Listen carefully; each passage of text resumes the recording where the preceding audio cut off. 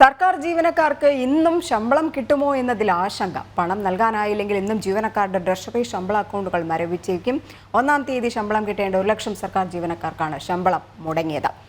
ശാലിനി ചേർന്നുകൊണ്ട് തിരുവനന്തപുരത്ത് നിന്നും. ശാലിനി, ചരിത്രത്തിൽ തന്നെ ആദ്യമായിട്ടാണ് 1-ാം തീയതി ശമ്പളം ലഭിക്കാതെ പോകുന്നത് സർക്കാർ ജീവനക്കാർക്ക്. സാങ്കേതിക തടസ്സങ്ങൾ പറഞ്ഞ് ട്രഷറി വകുപ്പും അതുപോലെ തന്നെ ധനവകുപ്പും ഒക്കെ തന്നെ കൈയൊഴിയുകയാണ് ചെയ്യുന്നത്.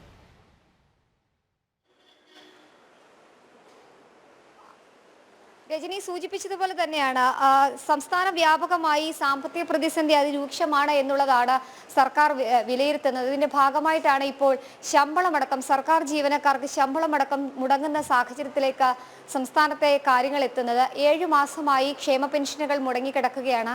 സമാനമായി തന്നെയാണ് ഇപ്പോൾ സംസ്ഥാനത്തെ സർക്കാർ ജീവനക്കാർക്ക് ശമ്പളം കൂടി ചരിത്രത്തിൽ ആദ്യമായി മുടങ്ങുന്നതിൽ നിലവിൽ സർക്കാർ ചൂണ്ടിക്കാട്ടുന്ന പ്രധാനപ്പെട്ട ഒരു കാര്യം എന്നുള്ളത് ട്രഷറി നിയന്ത്രണങ്ങൾ, ഒപ്പം തന്നെ ട്രഷറിയിലെ ചില സാങ്കേതികമായിട്ടുള്ള കാര്യങ്ങൾ മാത്രമാണ് ശമ്പളം മുടങ്ങിയത് എന്നൊരു ന്യായീകരണമാണ് സർക്കാരിന്റെ ഭാഗത്തു നിന്നുണ്ടാകുന്നത്. അതേസമയം തന്നെ ഈ സാമ്പത്തിക പ്രതിസന്ധി ഏറ്റവും രൂക്ഷമായി സർക്കാർ ജീവനക്കാരെ കൂടി ബാധിക്കുന്നുണ്ട് എന്നുള്ളതാണ് നമ്മൾ മനസ്സിലാക്കുന്നത്. ഇന്നലെ ഉണ്ടായ സമാനമായ സാഹചര്യം 1-ാം തീയതിയാണ് സാധാരണ ഇവരുടെ ശമ്പളം അക്കൗണ്ടിൽ വരേണ്ടത്. പക്ഷേ 1-ാം തീയതി പിന്നിട്ടിരിക്കുന്നു, 2-ാം തീയതി പിന്നിട്ടിരിക്കുന്നു.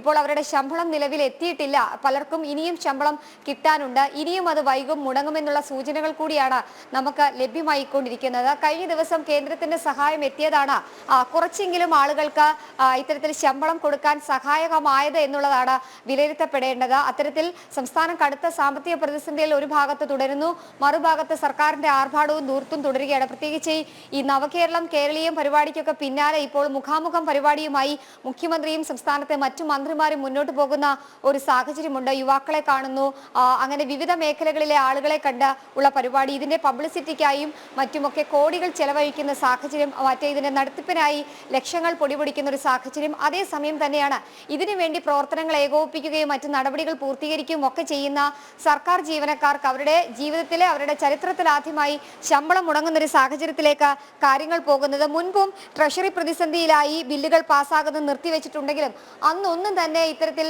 ശമ്പളം നൽകാതിരിക്കാൻ അല്ലെങ്കിൽ ശമ്പളം മുടങ്ങുന്ന രീതിയിലേക്ക് കാര്യങ്ങൾ എത്തിയിരുന്നില്ല. പക്ഷേ നിലവിലെ സാഹചര്യം അതല്ല. കടുത്ത സാമ്പത്തിക പ്രതിസന്ധിക്കിടെ ട്രഷറി നിയന്ത്രണം വരുമ്പോഴും ശമ്പളം കൂടി മുടങ്ങുന്ന സാഹചര്യത്തിലേക്ക് സംസ്ഥാനത്തെ സർക്കാർ ജീവനക്കാർ പോകുന്നു എന്നുള്ളതാണ് നമ്മൾ മനസ്സിലാക്കേണ്ടത്. ഈ അക്കൗണ്ടിൽ പണം എത്തിയിട്ടുണ്ടോ എന്നുള്ള പലരും പരിശോധിക്കുമ്പോൾ പണം എത്തിയിട്ടില്ല എന്നുള്ള വിവരമാണ് അവർക്ക് പലർക്കും ലഭിക്കുന്നത്. ഇന്നലെ പണം ലഭിക്കാത്ത, ശമ്പളം ലഭിക്കാത്തവർക്കൊക്കെ തന്നെ ഇന്നു മുതൽ തുടർച്ചയായി ശമ്പളം ലഭിക്കും, അക്കൗണ്ടിൽ ക്രെഡിറ്റ് ആകുമെന്നുള്ള നിർദ്ദേശവും ന്യായീകരണവും വിശദീകരണവും ഒക്കെയാണ് ധനവകുപ്പിന്റെ ഭാഗത്ത് നിന്ന് ഉണ്ടായത്. പക്ഷേ അതിന്നും മുടങ്ങാനുള്ള സാധ്യതകൾ കൂടിയാണ് നമ്മൾ മനസ്സിലാക്കുന്നത്. ഒപ്പം തന്നെ 5 ലക്ഷം പെൻഷൻകാരിൽ ബാങ്ക് വഴി പെൻഷൻ വാങ്ങുന്നവരുടെ 1.25 ലക്ഷം പേരുടെ അക്കൗണ്ടിലേക്കും ഇന്നലെ പണം എത്തിക്കാൻ സാധിച്ചിരുന്നില്ല. 1-ാം തീയതി തന്നെയാണ് ഇവർക്കും പെൻഷൻ ലഭ്യമാക്കേണ്ടത്. ആ പെൻഷൻ എത്താനും വൈകിട്ടുണ്ട് എന്നുള്ളതാണ് മനസ്സിലാക്കുന്നത്. ഏകദേശം 5 ലക്ഷത്തിൽ വളരെ കുറച്ച് ആളുകൾക്ക് മാത്രമാണ് ഇന്നലെ പെൻഷൻ തുക അവരുടെ അക്കൗണ്ടിലേക്ക് എത്തിയത്. ബാക്കി ഭൂരിപക്ഷം ആളുകൾക്കും പെൻഷനും കൂടി ലഭ്യമാകാതായിട്ടുണ്ട് എന്നുള്ളതാണ് നമ്മൾ മനസ്സിലാക്കുന്നത്.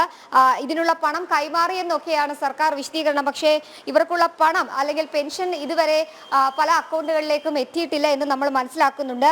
ട്രഷറിയിൽ നിന്ന് നേരിട്ട് പെൻഷൻ കൈപ്പറ്റുന്നവർക്കും തടസ്സം നേരിട്ടിരുന്നില്ല.